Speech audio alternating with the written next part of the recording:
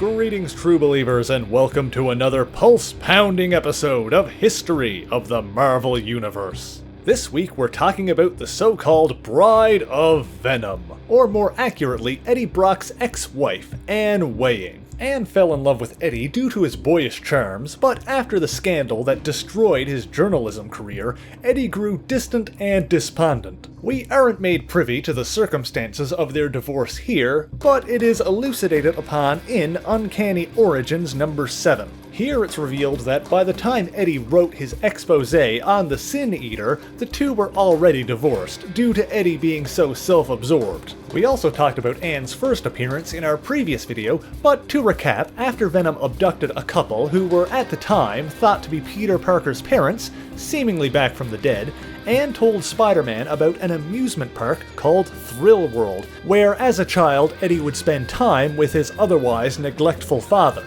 Spider-Man traveled there to battle Venom, but Anne followed and brokered a temporary truce between the two enemies. We next see Anne in a miniseries called Venom: Sinner Take All, acting as a legal assistant to a lawyer named F. Bennett Field. In the midst of a media circus where she was questioned about her connection to Venom, a new Sin Eater pushed his way through the crowd and opened fire on the legal team, including Anne.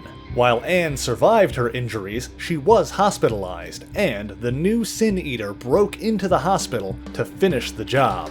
Fortunately, Venom arrived in time to save her life and escape, taking her to safety. However, in the escape, Anne's wounds opened again, and so Eddie embraced her, allowing the symbiote to flow onto her and begin the healing process.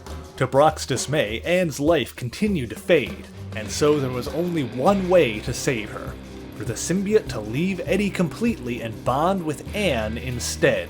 Then, without warning, two violent criminals stumbled upon the pair's hiding spot. Anne rose as Venom and brutally murdered the two intruders. Brock tried to stop her and drew the suit back onto himself, but the deed had already been done. Horrified by her actions, Anne ran away and escaped back to her apartment. Here she was met and held captive by an armed woman who sought revenge against Venom. This woman's daughter was a girl named Kirsten, who Eddie had previously met while on a bus traveling back to New York. After a battle with Carnage left him injured and weak, Eddie came to Kirsten to lay low in her apartment while he recovered. When Kirsten's boyfriend Clive showed up, Eddie mistakenly identified him as a heroin addict. He transformed into Venom, causing Clive to stumble backwards and fall over the edge of the balcony. Although Clive survived the fall, he permanently lost the use of his legs. And when Kirsten told her mother what had happened, she decided to take revenge on her daughter's behalf. And so, when Eddie came to Anne's apartment, the armed woman opened fire, not letting up long enough for him to fight back. In order to get the drop on his attacker, Eddie sent the symbiote over to Anne. The venomized Anne attacked, but before she could finish the job, the Sin Eater burst in and blasted her.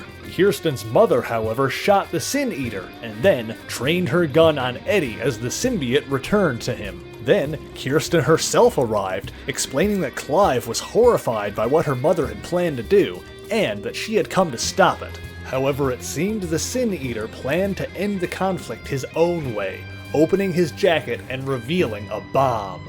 Kirsten charged at him, and the two careened out the nearby window. Venom dived after them, rescuing Kirsten as the Sin Eater continued to fall and perished in a fiery explosion. Meanwhile, Anne finally surprised and knocked out the murderous woman. Following this, Anne was taken into protective custody, and so when Venom tried to contact her to make sure she was okay after the events of Planet of the Symbiotes, the call was rerouted to police headquarters. The police had Anne talk to Eddie so they could attempt to trace the call, but Eddie was suspicious and extended the symbiote through the phone line.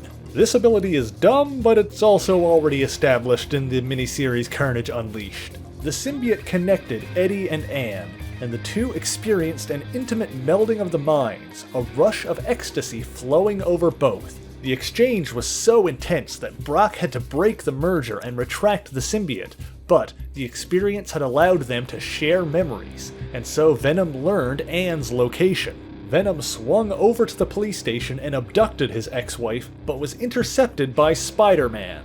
Well, to be precise, this is actually Ben Reilly, a clone of Peter Parker and the former Scarlet Spider who briefly took over as Spider-Man during this time. Anyway, despite not wanting to go with Venom, Anne understood that he only wanted to protect her, and so she helped fight against Spider-Man and stood between Venom and the police, allowing the anti-hero to escape. As a result, Anne was arrested and used her one phone call to contact Venom using a number she learned during the mind meld. Anne made Eddie promise not to come for her, but that didn't stop him from sending the symbiote through the phone line, once again transforming Anne Weying into the creature the media now dubbed She-Venom. Anne learned from the suit that Eddie wanted to rendezvous at Thrill World, and so She-Venom set out to go there with Spider-Man following behind. Once she arrived, Anne encountered a gang of criminals, one of whom torched Eddie with a flamethrower as he entered the scene. In order to save Eddie's life, Anne allowed the symbiote to return to him. In the end, Venom and Spider-Man defeated the gang, and Venom escaped again. Following this incident, Anne became a shut-in, unable to leave her apartment for fear of encountering Venom again.